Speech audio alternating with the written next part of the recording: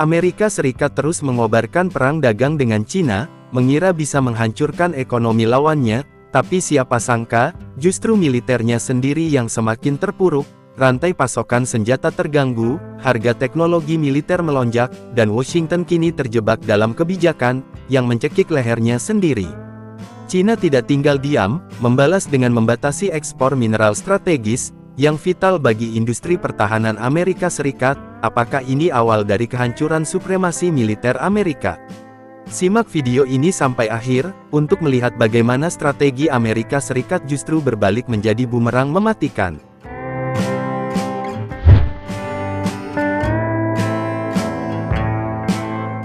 Amerika Serikat kembali mengobarkan perang dagang dengan Cina, melalui kebijakan tarif tambahan, yang telah dimulai sejak pemerintahan pertama Donald Trump, dan perang dagang semakin panas, setelah Donald Trump kembali terpilih menjadi Presiden Amerika Serikat, dengan tujuan memutus ketergantungan ekonomi, menghadapi kenyataan yang lebih kompleks, sektor militernya sendiri berada dalam ancaman. Akibat langkah-langkah proteksionis ini, keputusan Amerika Serikat untuk menaikkan tarif pada produk impor dari Cina, termasuk bahan-bahan strategis seperti tanah jarang dan semikonduktor, bukan hanya memukul sektor manufaktur, tetapi juga berpotensi melumpuhkan industri pertahanan. Sejak tahun 2018, Amerika Serikat memberlakukan tarif tambahan terhadap berbagai produk dari Cina, termasuk komponen elektronik dan logam penting yang banyak digunakan dalam pembuatan persenjataan. Tarif sebesar 10% hingga 25% yang diterapkan pada beberapa barang utama, telah memperburuk rantai pasokan industri pertahanan Amerika Serikat, yang sejak lama mengandalkan Cina. Namun strategi ini justru memperlihatkan dampak negatif, yang lebih besar bagi kepentingan strategis Amerika Serikat sendiri.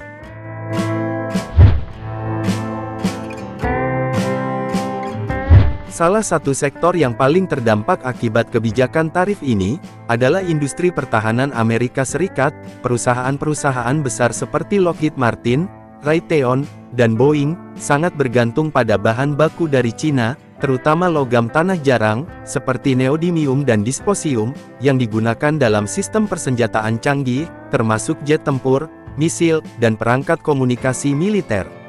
Data dari US Geological Survey, menunjukkan bahwa pada tahun 2023, sekitar 80% pasokan tanah jarang Amerika Serikat, berasal dari Cina. Dengan kebijakan tarif yang diterapkan, biaya produksi alat-alat militer meningkat secara drastis, menimbulkan keterlambatan dalam pengadaan, dan produksi persenjataan.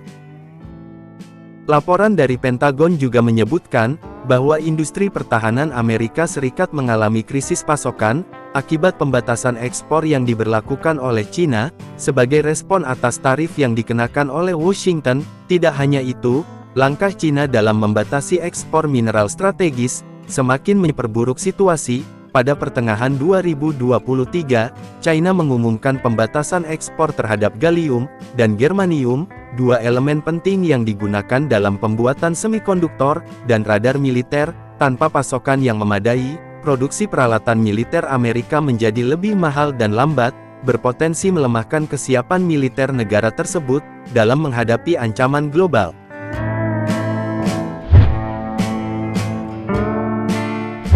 Dengan meningkatnya tarif impor, perusahaan-perusahaan pertahanan terpaksa mencari sumber pasokan alternatif dari negara lain, seperti Vietnam, Australia, atau bahkan Amerika Serikat sendiri.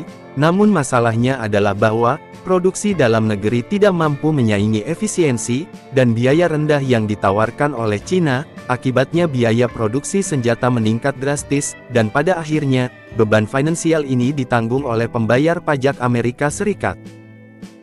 Laporan dari Congressional Budget Office mengungkapkan bahwa, pengeluaran pertahanan Amerika Serikat meningkat sebesar 7%, sejak diberlakukannya tarif tambahan terhadap produk Cina, dengan anggaran pertahanan, yang sudah mencapai lebih dari 800 miliar dolar per tahun. Kenaikan ini semakin membebani perekonomian negara. Selain itu, perusahaan-perusahaan industri pertahanan, seperti Northrop Grumman, dan General Dynamics, mulai menaikkan harga produk mereka, untuk mengimbangi kenaikan biaya produksi, yang berarti lebih banyak uang publik yang dialokasikan, untuk menutupi dampak kebijakan perdagangan yang keliru ini.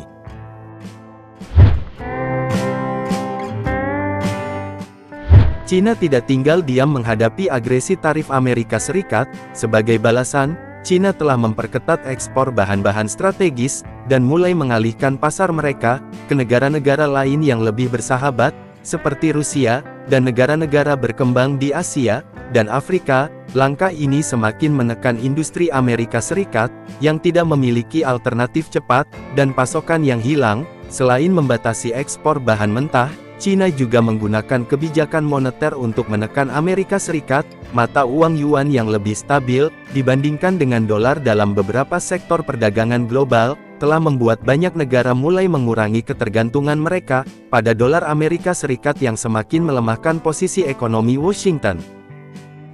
Dengan semakin eratnya hubungan China dengan negara-negara penghasil bahan mentah lainnya, Amerika Serikat semakin sulit untuk memenangkan perang dagang ini.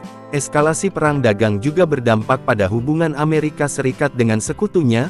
Beberapa negara Eropa yang sebelumnya mendukung kebijakan perdagangan Amerika Serikat, mulai mempertanyakan efektivitas langkah-langkah tarif ini, karena mereka juga terdampak oleh lonjakan harga bahan baku, dan gangguan rantai pasokan. Ketidakstabilan ini, membuat sekutu Amerika Serikat mulai mencari alternatif lain, di luar kebijakan Amerika, yang semakin memperlemah pengaruh Amerika Serikat dalam geopolitik global.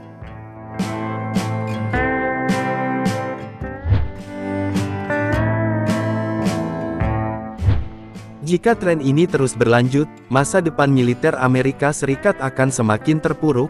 Keterlambatan dalam produksi senjata, kenaikan biaya pengadaan, serta ketidakmampuan untuk bersaing dengan harga dan teknologi dari Cina, dapat membuat Amerika Serikat kehilangan keunggulan militernya dalam beberapa dekade ke depan.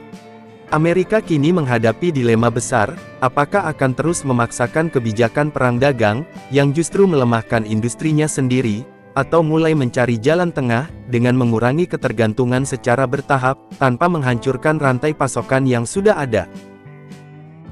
Fakta bahwa industri pertahanan Amerika Serikat masih sangat tergantung pada Cina, adalah bukti bahwa strategi perang dagang ini tidak memiliki perencanaan yang matang, dan akhirnya menjadi bumerang bagi kekuatan militer negara tersebut. Di tengah meningkatnya ketegangan global, kelemahan dalam rantai pasokan pertahanan bisa menjadi faktor yang menentukan nasib dominasi Amerika Serikat di dunia. Sementara itu, China terus memperkuat posisi ekonominya, membangun aliansi strategis baru, dan mengembangkan teknologinya sendiri tanpa hambatan. Berarti jika Amerika Serikat tidak segera mengubah arah kebijakannya, maka bukan tidak mungkin, keunggulan militer mereka akan semakin terkikis, dalam persaingan global yang semakin ketat.